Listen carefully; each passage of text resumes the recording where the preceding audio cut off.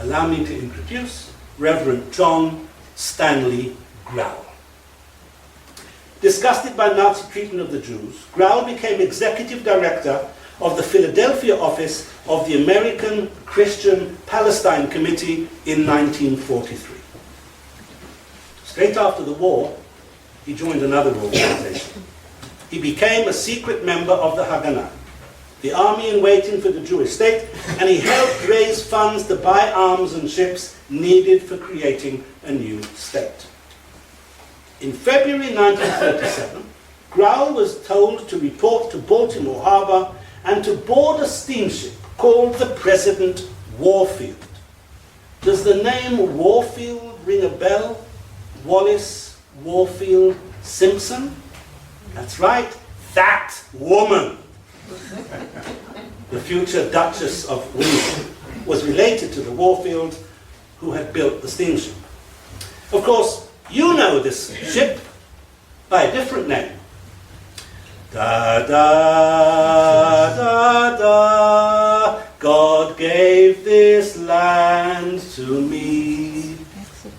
The Exodus. Theme tune from the Exodus. Exodus is the book written by Leon Uris, which recalls what happened to the President Warfield. Before the Warfield set sail for Europe to collect its passengers, the crew took a Haganah oath in Baltimore Harbor. All the Jewish members of the crew used the Tanakh, the Jewish Bible, and someone thoughtfully gave Grauel a New Testament for him to swear the Haganah oath. Quite unusual. July 1947, 172 truckloads of Holocaust survivors filled this old steamship in France. It was designed to carry 650 passengers, and the Warfield now had on board 4,514 Jews, crew and displaced persons, and one Methodist clergyman, John Grauel, who does not appear in the book Exodus. Grauel also secured the job of foreign correspondent of the Churchman. Now, I'm not sure that I know all the facts here, but I think that the Churchman was a very, very small circulation Christian newspaper, probably the equivalent of a parish newsletter. But what's important was that Grauel obtained the credentials as foreign correspondent for the Churchman. And this was going to be crucial when the Exodus story unfolded. Throughout the voyage across the Mediterranean, the British Navy shadowed this aging riverboat overloaded with homeless, unarmed men, women and children.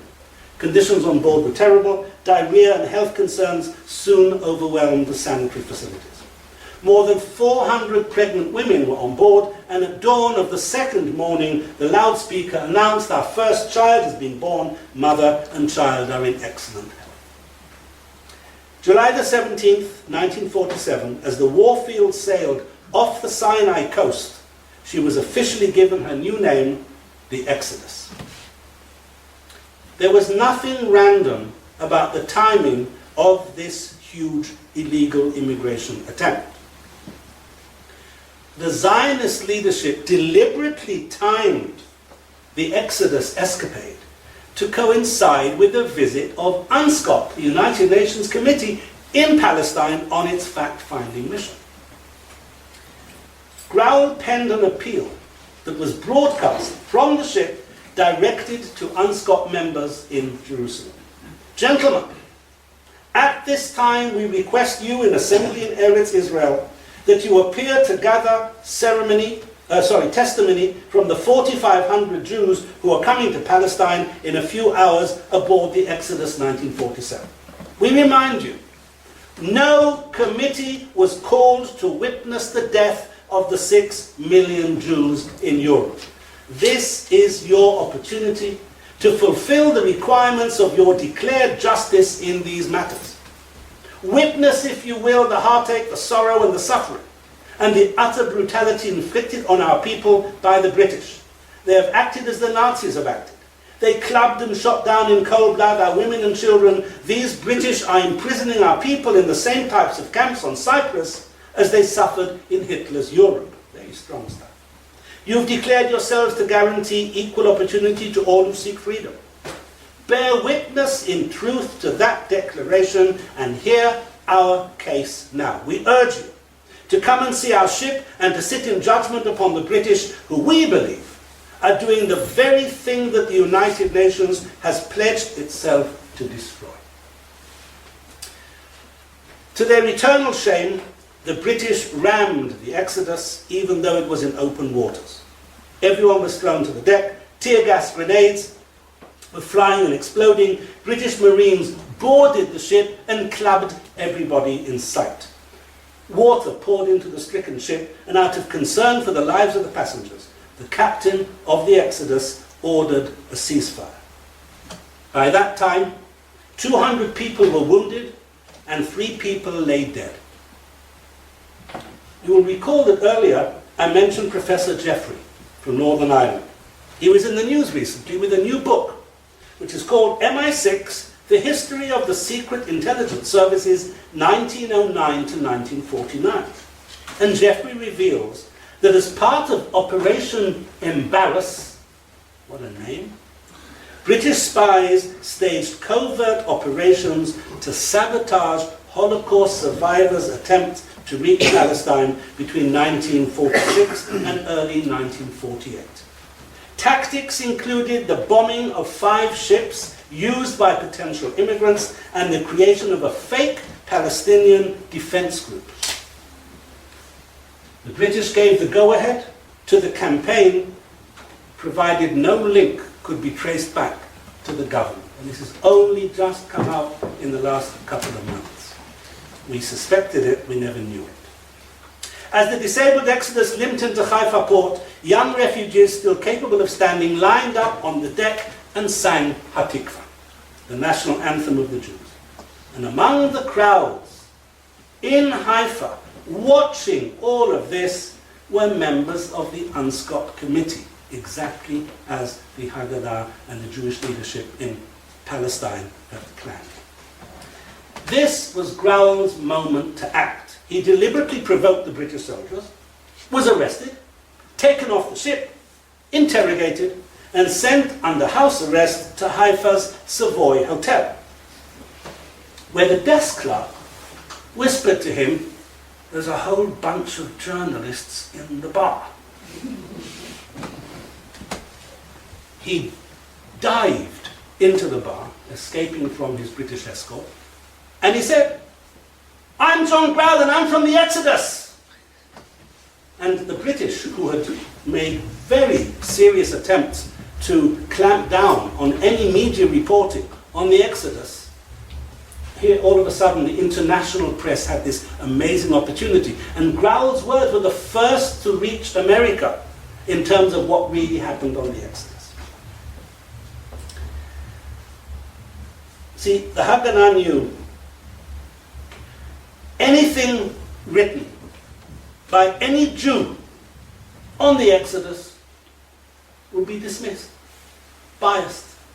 They would say that, wouldn't they? They also knew that a Christian clergyman, his report on and from the Exodus would be believed, and thus it was. Grauel sneaked out of the back door to a waiting car that bore American press signs. The car passed the police lines and checkpoints to a safe house in Haifa. I think he stayed overnight with the mayor, Jewish mayor of Haifa. And all alerts to arrest John Grauel was put out by the British, but by the next morning, Grauel was addressing UNSCOP in Jerusalem.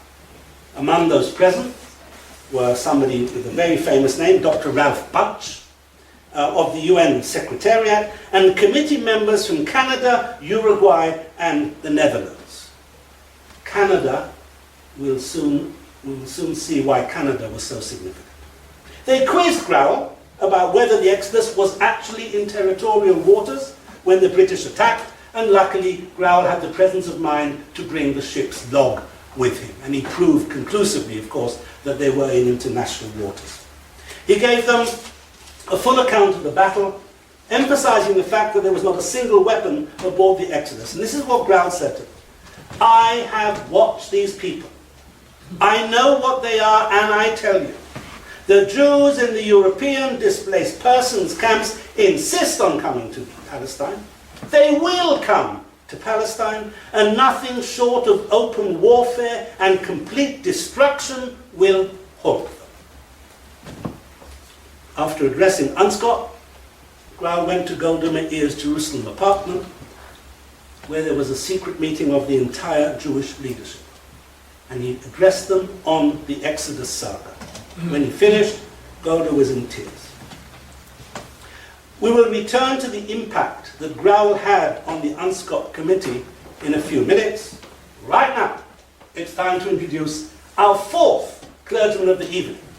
And if Growl is obscure, Reverend William Hull is obscure of obscure, because no one has heard of him. Reverend William Lovell Howell from Winnipeg, Canada, and his wife founded the non-denominational Zion Christian Mission in Jerusalem in 1935 after he received a call from God, and he opened a little Bible shop. Last month in Jerusalem, I met an elderly lady who used to work in the Howell's Bible shop. The Canadian representative on Anscott was Justice Ivan C. Rand of the Canadian Supreme Court.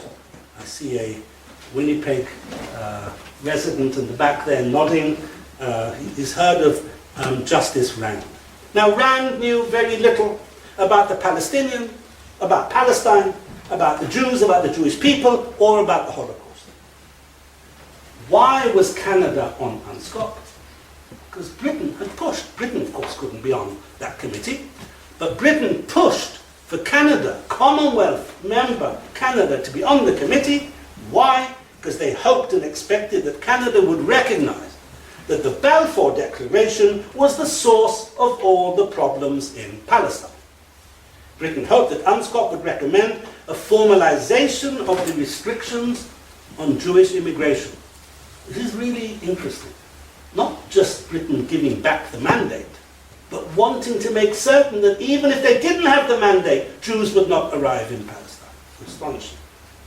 To ensure that Rand wasn't overly swayed by the Holocaust, the Canadian Department of External Affairs gave Rand a briefing paper. Its title was 800,000 Muslims slaughtered by the Mongols in Baghdad in 1258. You understand, of course, the Mongol attack on the Muslims 800 years earlier was meant to counterbalance any sympathy for the 6 million murdered Jews of the Holocaust. That's what Rand arrived in Palestine with. When he arrived in Jerusalem with Anscott, he naturally looked around for a fellow Canadian. Who does he meet? Reverend William Hull, who becomes his personal, unofficial advisor. We can tell something about Hull's influence on Rand from a foreword that Rand wrote several years later in a book by Hull. Rand wrote the following. It was a relief then when shortly after my arrival I had the good fortune to meet the author of this book. Here he was, a Canadian, a clergyman, a man of goodwill. Here I thought was one whom I could trust to express himself with honesty and frankness. Somewhat to my surprise, I listened to words of high admiration of the Jewish people, their standards of life, their tremendous work that they had done since returning to their ancient homeland. And here we hear Rand explicitly showing what effect Hull had on him. When Anscott members left Palestine for Geneva to write their report, they were deadlocked. No single proposal had any sort of working majority. Clearly influenced by his exposure, both to Reverend John Growell and to Reverend William Hull, Canada's Justice Rand took the initiative and penned his own draft proposal. And this proposal strongly advocated partition. In other words, the establishment of an independent Jewish state. I'm sure most of you have seen the movie or the play, 12 Angry Men. Remember, there's this court case, murder trial. The jury convenes to discuss it. And as they're sitting down, the foreman says, listen, he says, don't get too comfortable. The guy is obviously guilty. We all want to go home. So, quick, let's do a quick whip round and let's just find out. Fine, then we can go. So, like, guilty, guilty, guilty, guilty, guilty, guilty. And the last guy says, I don't know. And everyone starts yelling at him, don't you want to go home? It's so obvious, what's the matter with you? He says, I don't know. And of course, it wouldn't be a good movie or a good play if in the end he didn't create enough doubt among all of them that they did not bring in a guilty. So something like that happened with Rand. Here he had 10 other members of the committee, most of whom were antipathetic to a Jewish state, and somehow he persuaded them. He got a majority of the committee to adopt his position, reaffirming the legality of the Balfour Declaration, and he stated categorically that the 1939 British White Paper, which had limited Jewish immigration, was the real illegal document and the real source of problems in Palestine. Rand's partition proposal was passed by a majority of 7-3, and it was this recommendation that UNSCOP took back to the United Nations. And it was UNSCOP's pro-partition report that formed the basis of the resolution recommending the creation of a Jewish and an Arab state. And as many of us know, on this famous date, the 29th of November, 1947, Resolution 181 was put to the vote in the United Nations General Assembly meeting in Flushing Meadow. And the resolution was adopted by 33-13, paving the way for the establishment of the State of Israel 6 months later. My friends, all my research convinces me that if UNSCOP had submitted a report to the United Nations against partition, Resolution 181 might not have passed the 2/3 majority. If Growell and Hull had not influenced Justice Rand, UNSCOP would have submitted a report against the creation of the Jewish state, and I doubt if the 2/3 majority would have been achieved. Before I finish, I want to briefly describe what happened to our 4 protagonists.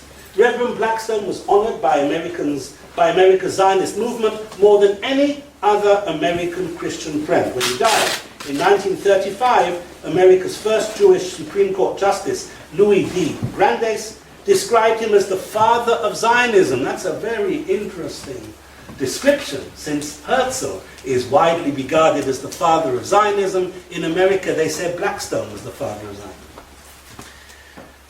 Before Herzl's premature death in 1904, at the age of 44, he'd asked his Zionist colleagues to remember and honor his friend, Reverend Heschler. The Zionist executive eventually provided a small monthly pension of £10. In 1931, Heschler died alone in obscurity. His daughter, an Anglican nun, buried him in an unmarked grave in London's new Southgate Cemetery. My friend Jerry Klinger of the Jewish American Society for Historic Preservation found Heschler's gravesite. In 2010, he helped arrange a small and moving ceremony attended by Jews, Christians, and representatives of the Israeli embassy in London, where a memorial stone for Reverend William Fachler was dedicated. Like Fachler, Reverend Grau remained a lifelong Zionist. In the 50s and 60s, he visited Israel dozens of times. Incidentally, his way of visiting Israel was quite innovative. He became a chaplain on the Zim passenger ships. And so it allowed him to go backwards and forwards to Israel throughout the 50s and 60s. He was awarded Israel's Humanity Medal, the Fighter for Israel Medal, and the Medal of Jerusalem. He died in New Jersey in 1986, and as he requested in his will, he was buried with full Israeli naval military honors. Where? In the American Christian Missionary Alliance Cemetery on Emed Rephaim Street in Jerusalem. There's a fascinating postscript to our fourth clergyman, Reverend William Howard. One day in 1961, he gets a phone call from Israel's Ministry of Religious Affairs. We have a Christian prisoner, we'd like you to attend to his religious needs. Fine, says Howard. By the way, says the guy from the ministry, he's on death row. And as you all know, there's only ever been one prisoner on death row in Israel's history, and it was, of course, Eichmann, whose trial we commemorated last year, the 50th anniversary of the trial. During 1962, Hull had 14 interviews with Eichmann in his death cell. He witnessed the execution, and he later went out to sea to spread Eichmann's ashes. He returned to Canada in the same year, 1962. When I first gave this talk a year ago in Dublin, I mentioned that I didn't know what year Hull died. I couldn't find the date. I searched and searched, didn't know when he died. A transcript of my talk mysteriously arrived in Jerusalem, and I got an email from Liz Cobb. And she told me the year, and you know, people who know Liz Cobb, to tell me that Hull died in 1992. And at the same time, she invited me to give my talk in the church where her husband, Chuck, is the pastor in Jerusalem, which is the very community that Reverend Hull founded. So I did, early this year. When I finished my talk, a gentleman came up to me. He said, I liked your talk, would you come and give it in our church? I said, sure. I thought, another church in Jerusalem, maybe it's in Nazareth, maybe it's in the Galilee. I said, where's your church? He says, Winnipeg, Canada. And so I have an invitation to go and give this talk to the church in Winnipeg, in Canada, which is the church from which Reverend Hull left Canada to come to Palestine in 1935. An incredible circle being closed there. I'm almost at the end of my talk on four clergymen who helped the Jews achieve their own independent state.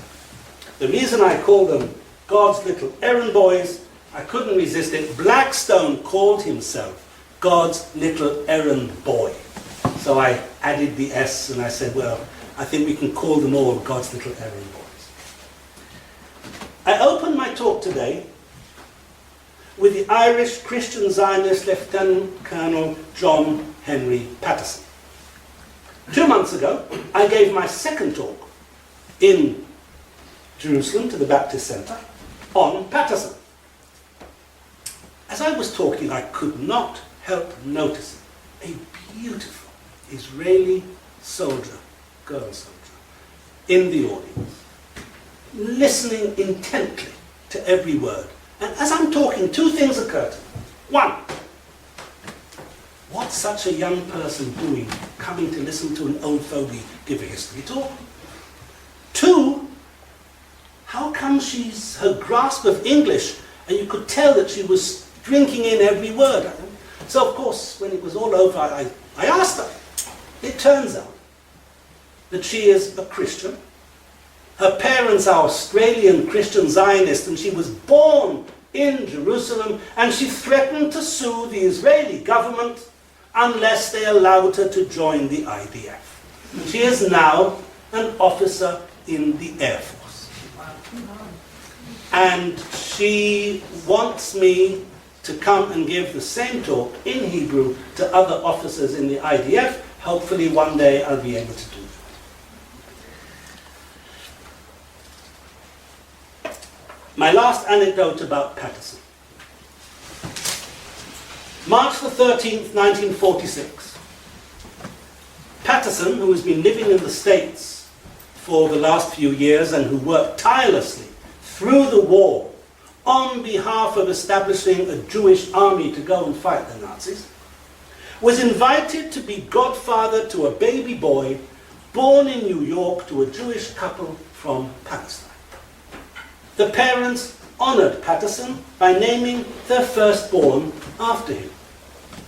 30 years later, that boy fell in the Israeli army raid in Entebbe. Yes, my friends? John Patterson's godson was John, Jonathan, Yonatan, Yoni Netanyahu, the hero of Entebbe and the older brother of Bibi Netanyahu, Israel's prime minister. Is it not fitting that Patterson, who did so much to give the Jews a military backbone in their struggle for independence, gave his name to one of the greatest heroes in Jewish military history? At their request, I recently sent a signed copy of my book to the Netanyahu family in Jerusalem, and it was very sad that Patterson's friend and Bibi's father, Ben Zion Netanyahu, passed away a few weeks ago in Jerusalem at the wonderful age of 102. Those of you with good memories will recall that at the beginning of my talk, I posed a riddle. I read you some excerpts from a petition and a letter accompanying the petition. And so I want to ask you, can you guess when it was written, who wrote it, to whom was it addressed, and the residents of which town sent the petition? I'll put you out in misery. It was written in 1841. That's 170 years ago. The author was one Warren Carlyle, minister of the Scots Church. The petition was addressed to Lord Palmerston, the British Foreign Secretary. Remember, the writer of the letter says, "Who knows if you weren't born for this moment, to help deliver and restore the Jews back to their land."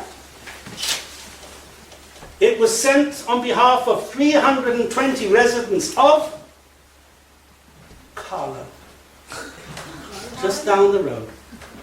1841, 312 Protestants and Catholics send a long, detailed petition to Lord Palmerston demanding that the Jews are restored to their homeland. Absolutely mind-boggling. And no one knows. I mean, this is like, people don't know this. And when I read that it was Carlo, I assumed there was a Carlo in England. I couldn't imagine that it was and it's here. Oh, wow. Amazing. Amazing. So I had to share this tidbit with you. My friends, at a time when the term Christian Zionist has become a political weapon in the hands of many of Israel's enemies, I see my mission as giving greater acknowledgement to those Christians who contributed to the Zionist cause.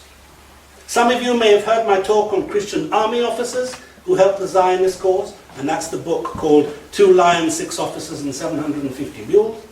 This evening I spoke about Christian clergymen who helped the Zionist cause, and that's God's little errand boys. And I'm currently working on a new book and a new talk about Christian novelists and archaeologists who helped the Christian cause. Watch this space.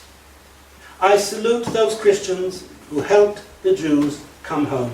Ladies and gentlemen, thank you very much. She brought in these photographs. She said, my father was in the British Navy during World War II, and he was on a ship which called a Palestine. And suddenly, shiploads, small boatloads, absolutely laden down with Jews, were arriving from terror, in the Nazi terror, to try and get into Palestine. There must have been about 6 or 7 of these boats. And he was horrified when he was given orders, he was only a young guy, about 22 years old at the time, he was given orders with all the other sailors to hose down these ships with water cannons. And he was horrified to see these poor people being hosed down as they were. And he took photographs to prove what he had seen. Now, she brought in copies of these photographs, which we have on display downstairs in the museum. So if you're walking around, you'll be able to see them. Sorry, I have my back to you here. But it's just interesting that this story of the Exodus comes along and we have these pictures of other boats in the same situation. Thank you. Thank you very much.